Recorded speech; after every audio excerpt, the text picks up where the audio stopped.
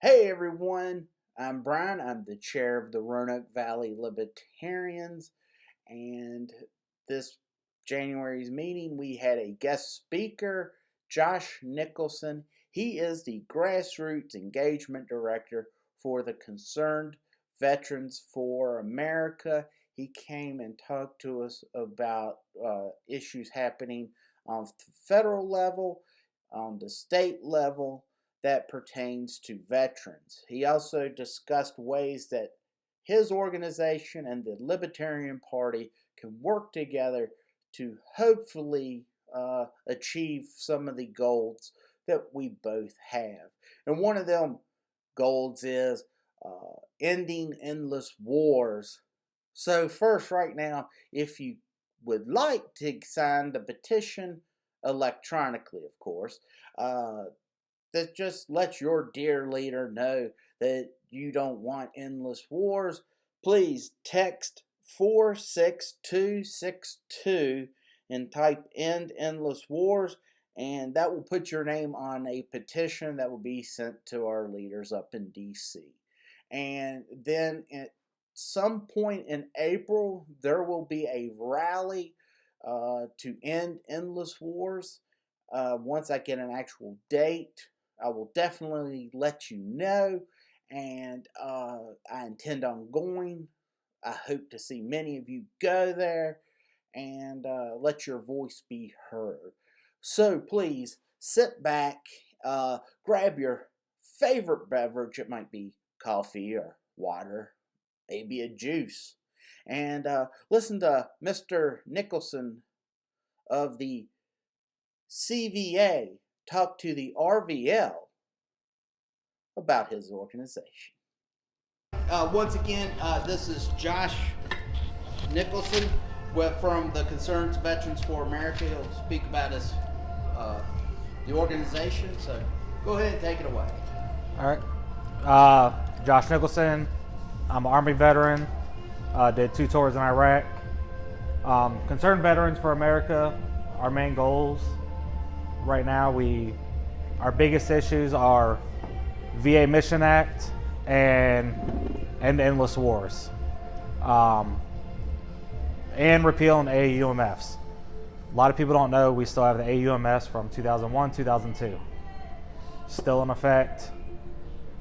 I'm not sure about y'all's local Congress person.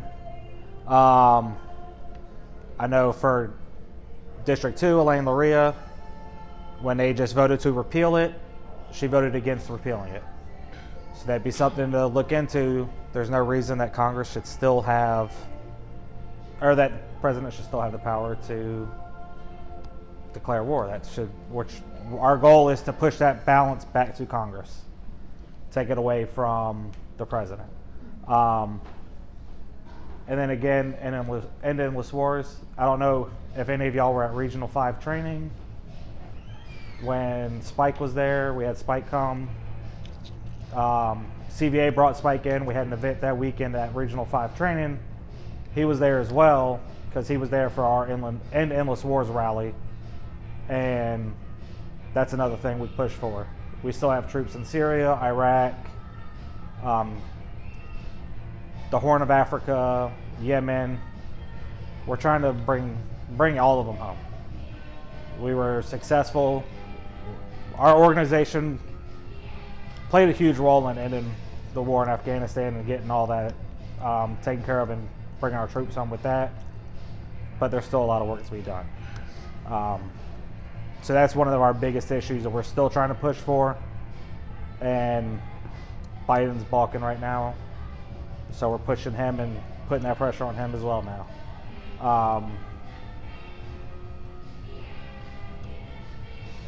So we're trying to do that. We're going to be having another rally in April in DC. Spike will be attending that as well.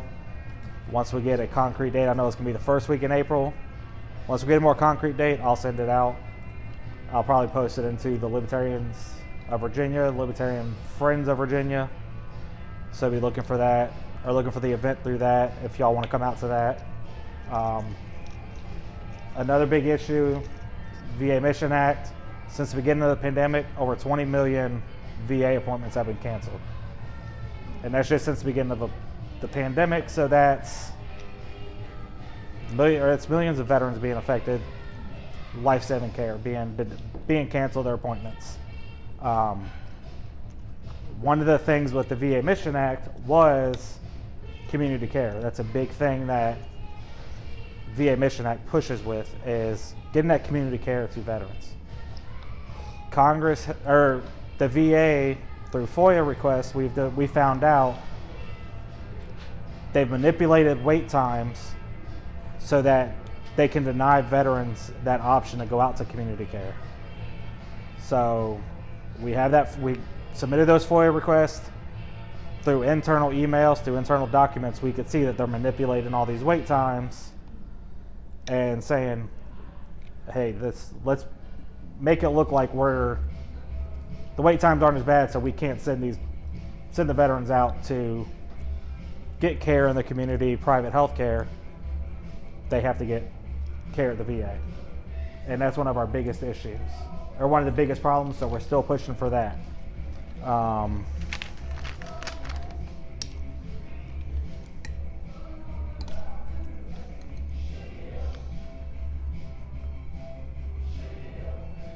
And then another big thing is, mainly with the endless wars, is like our foreign policy issues. As we want to bring home our troops, because 20 years of war, I mean, we've overstretched them. Troops are tired. Bring them all home. Change our foreign policy to where we're not doing nation building. We're not trying to implement democracy across the world. We need to bring everybody home, rest them, and get our national defense back to that national defense aspect. And if y'all want to help, we do have programs. Like, if anybody wants to send, you can send a text. It's End Endless Wars to 46262, and it's just one word, End Endless Wars. That'll sign your name to a petition to your local congressman. Will you repeat that number? 46262, and that puts your name on the petition. That goes to your local congressman.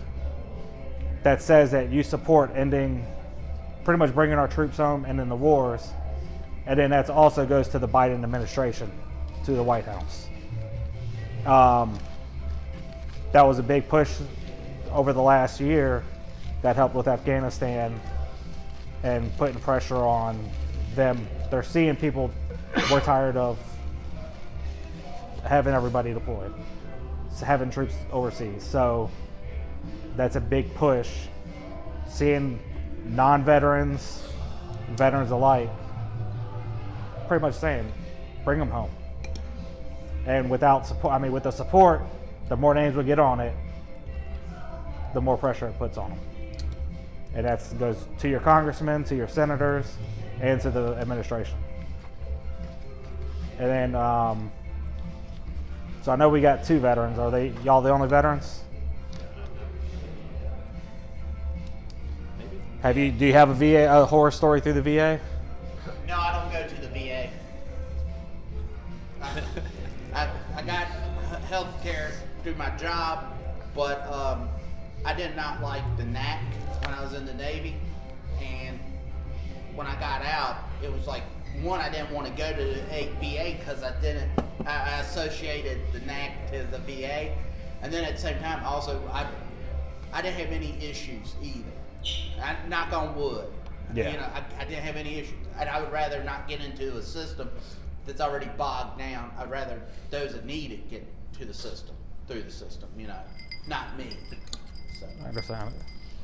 Do you have a VA horror story or problems with the VA? How much time you got? Okay. Well, and for everybody watching. I worked there for years. Okay, so you've probably seen stories too then. There's a website, it's myvastory.org.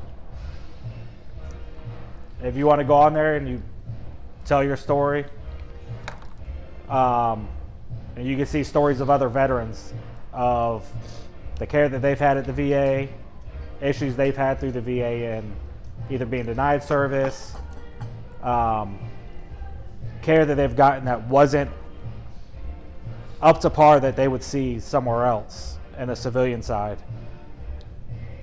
There's a lot of stories out there, and it's disheartening, even as a veteran and having gone through that same, I don't want to cuss on here, but I have poor health care through the VA.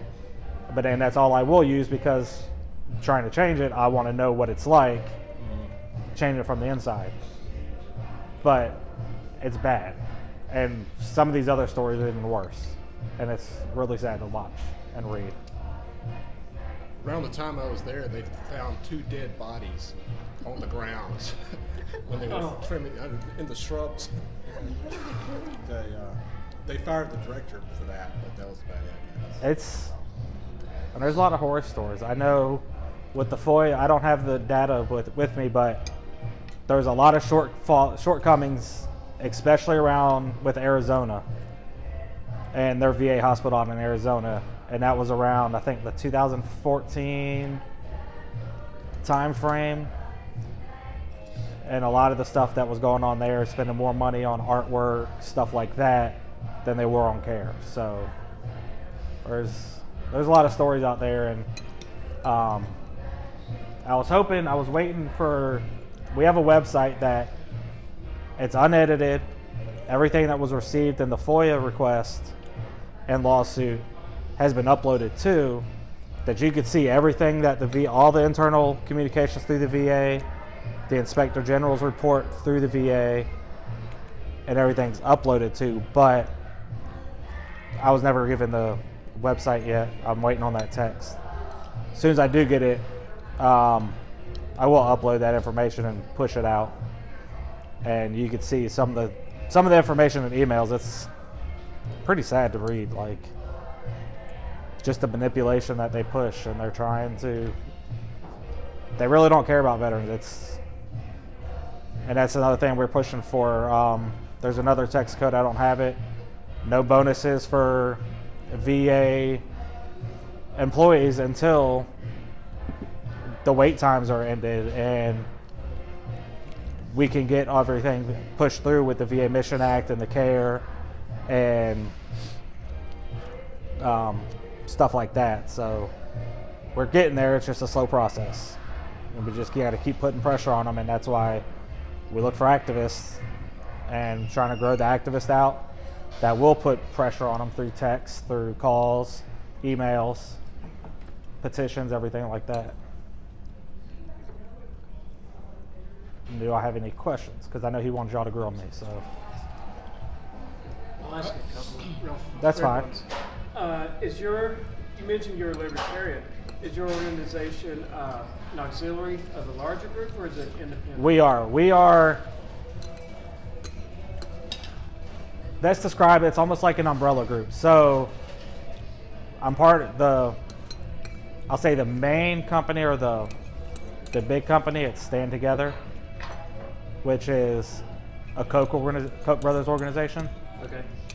And then under Stand Together, then I fall under Americans for Prosperity. And then Americans for Prosperity, then CVA, Conservative Veterans for America. And I assume membership's limited to vets? No. Oh, okay. They do try to hire vets because they do have the better experience and they can relate better. But as far as I know, they will hire, for CVA, they will hire people that are not vets. And you mentioned the wait time manipulation. What's the VA motivation of the VA to keep their patients with them? Is it the money, the funding? It's the number part of the funding, part of it's funding, and keeping patients there, because if you're sending patients out, all your patients out to outside care, you're going to lose funding. You might lose either your outpatient center, your community-based outpatient clinic. You might not have one in that community. You might not have a hospital in that area. You might have to get a smaller hospital. You might lose parts of your hospital. So that's one of those motivating factors that they don't want to send veterans out. But another issue is the VA also won't pay those. When they send a veteran out to a community, to a civilian provider, the VA either doesn't pay them, or the VA might pay them less than what it costs, and it's going to take them a year or two to pay that private doctor. But they will try to just keep it because they do get those special grants, and it's all part of their budget. So that's one of the biggest issues.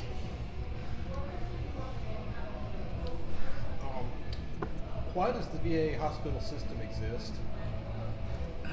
Rather than just, some kind of federally funded insurance program for veterans, like they have a college. They don't have special colleges for veterans. Why do they have special hospitals for veterans? That's a good question. I don't have the answer of that. I don't have the answer for you. I can look it up and get it for you. I worked there for a year and never thought about it until I heard it mentioned. I mean, that's a great question. I don't have the answer. I can look it up, and since I have y'all's the affiliate's email, I can email it to the affiliate, and he can put it out. It's a good question. I've never thought of that, and I've never actually looked into it or learned that. And that's a great. But I know, one thing I was thinking on my way out, on my way out to Richmond this morning, was being veterans. A lot of people ask, okay, how can you be a veteran and go through the VA or get your disability pay or something and be a libertarian? Okay, the way I look at it, and I know other libertarians look at it, is contractual law. Yeah, it's in the contract. I signed a contract with the government signed a contract. I fulfilled my end of the contract. The government's not fulfilling their end of the contract now. Yeah. So we're pushing for the government, our organization's kind of pretty much pushing for the government to fulfill their end of the contract, is the way I look at it. And that's what motivates me, is fulfill your end of the contract for all these other veterans. And that's what motivates me to try to get, when I talk to some people, to try to build my grassroots of volunteers, is the government's not fulfilling their end of the contract. This veteran lost limbs, he died, he did this and that for his country, but the government is breaking their part of the contract. But we can't sue the government for breaking their part of the contract. So contractual, it's that contract action, but a lot of people don't look at it that way. So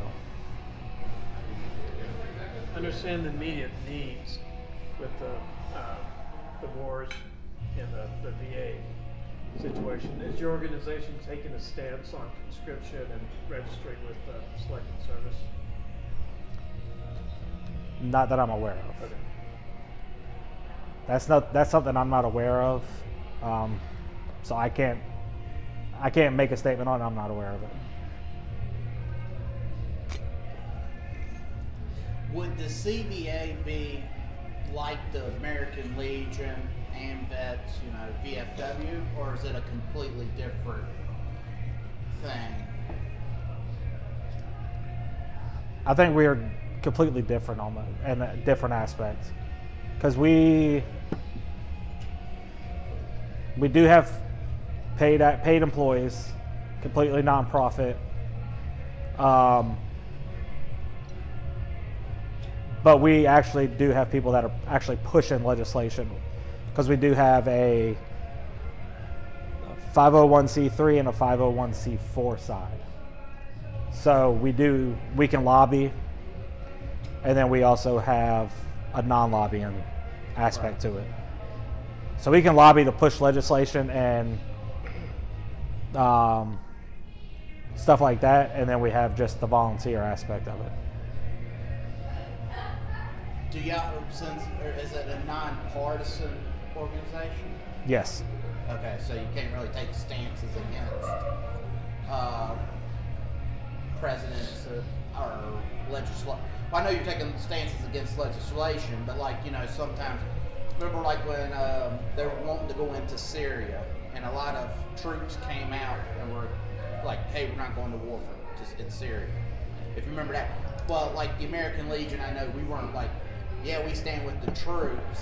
We were just like hands off type deal. That's what I was. Our goal is just to get all troops out of the Middle East. Just to get them out, just bring them home. Bring them home. Okay. We do not need to be nation building, sending troops Right. over. Our goal is to send. And then another thing is how can, like, you know, you have a different organizations since the Koch brothers, we were talking about that, and I know it's American for Prosperity. I don't have no issue with it, but I know that there's some people who would be on the left. Have y'all discussed how do y'all distinguish, or since you're still an offshoot from them, how could I sell it? Because I don't want people to say, oh, you're letting Republicans take over your And these are libertarian. people who would completely agree with your positions. Right. They would agree with, but because because Right. it has Koch brother Right. name or AFP or something, now we're having to have this whole nother fight. Have y'all ever had anything like that, or like how could I? We can use examples where how we've pressed President Biden on certain issues. Mhm. We pressed President Trump on the same issues, Okay. and before that, What about the general public? Or the general public, Yeah. we try to stay nonpartisan, and we push the same. Okay. We stay nonpartisan. We don't bring those politics into it when we're talking to them. Uh-huh. We strictly talk veterans issues. Okay. So we're strictly talking kind of what I spoke about, just bringing the troops home, healthcare for the troops, the VA Mission Act, and the failures of the system. That's where, if we're trying to get supporters, volunteers, that's what we're focusing on when we speak to them. We don't bring politics into it at all, because that's really not what it's about. Correct. It's about the veteran. Now, is there anything like the local group can do to help you guys out, or? Texting the End Endless Wars, like I mentioned. Uh-huh. We're going to be, I don't know who's going to state convention. I'll be there. We're going to have a booth there Yeah, I saw as that. well. Uh-huh. I think right now we're actually the top sponsor, maybe. I'm not sure. It looked like it because when it had like the LPV or the LPVA state convention I saw y'all's logo was in the corner. Yeah. And I think we're the top sponsor as of right now. I'm not sure. I might be there just as the LPVA member, not as CVA. But Roseanne and Shay will be there for CVA, and I think Roseanne, who is our state director for CVA, she'll be speaking, if I'm not mistaken. Okay. And she can get into a lot more of the legislative side of it, because that's her specialty regarding everything. But coming out to events, if we're having them, we're trying to get a foothold out here. So if y'all know any veterans, send them our way. Just send them the text information. If they have a bad VA story, filling it out at that website so it shows up on a map where veterans are located, so we know zone areas where the VA is kind of lacking. Coming to events when we have them. We're having an event in March in DC, and then an event in April. The one in April is we're going to have a spike at. That's the rally. That's going to be a rally. We're going to have it. We're still hashing out the details. He's going to be speaking at it. That's going to be an Endless Wars rally, though. The one next month in March, or the one in March, is a VA healthcare rally we're having. So, coming to events when we have them, and I try to share them into the LPVA members group, or to I guess now it's the Friends of LPVA, or Libertarians in Virginia group. I try to send that information out as much as possible when I see it come across, or when we create events. send it in there so I know we have common causes. And Endless Wars is yes, it's a CVA thing, but that's something I know Libertarians are on board with. Right. So I try to share those because I know that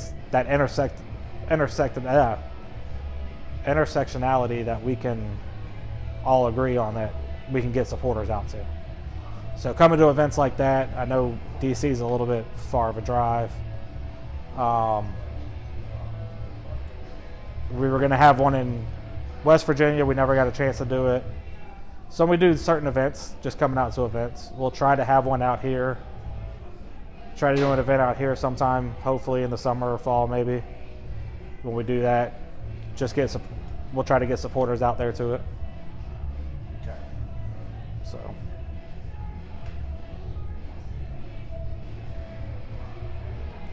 Does anyone else have any questions for him? Don't look like it. So thank you very much for coming down here from Richmond. Well, yeah, came from Richmond. I started in Virginia Beach this morning. Went to Richmond today. What's the plan? Going back to Virginia Beach tonight? Probably. All right. Yeah. It's been a long day. All right. Well, thank you very much for it. showing up, letting us know. And if you can't, just leave me any information, and I will send it out to the members and let them know about you, so they can send the text message, and then all that. And then when you know the date for the rally, the Endless War rally, let me know about. Definitely know about. If y'all need rides, or we can get buses in this area. If you have a large enough group, we can get a bus or two. Okay. From here to DC, we can get a bus that will bring everybody up. All right. Well, once I know the date, I want to start spreading the word and see if I can get, because I know I would really like to come to that. Okay. Yeah, I know that was one thing that I was told today. If we get a large enough group from here or even other parts, not even just here, just even within the state, surrounding states, we can get a bus. We can bus y'all in. We can get the bus out here to y'all, pick y'all up, and bring y'all into DC. So. All right, that'd be cool. All right. Well, thank you again. All right, ladies and gentlemen, thank you for staying to the end of this video, and thank you once again to Josh Nicholson for coming from Virginia Beach to speak to the Roanoke Valley Libertarians. If you want to find out more about the Concerned Veterans for America, you can go to cv4a.org, and you can find out more about the organization. If you want to just sign the petition that they are sending to our dear leaders in DC, you can text 46262 and type in "End Endless Wars," and that will put your name onto that petition. So once again, thank you very much, Josh, for coming to the Roanoke Valley to speak to us about your group. And until next time, my friends, be good to yourself and each other.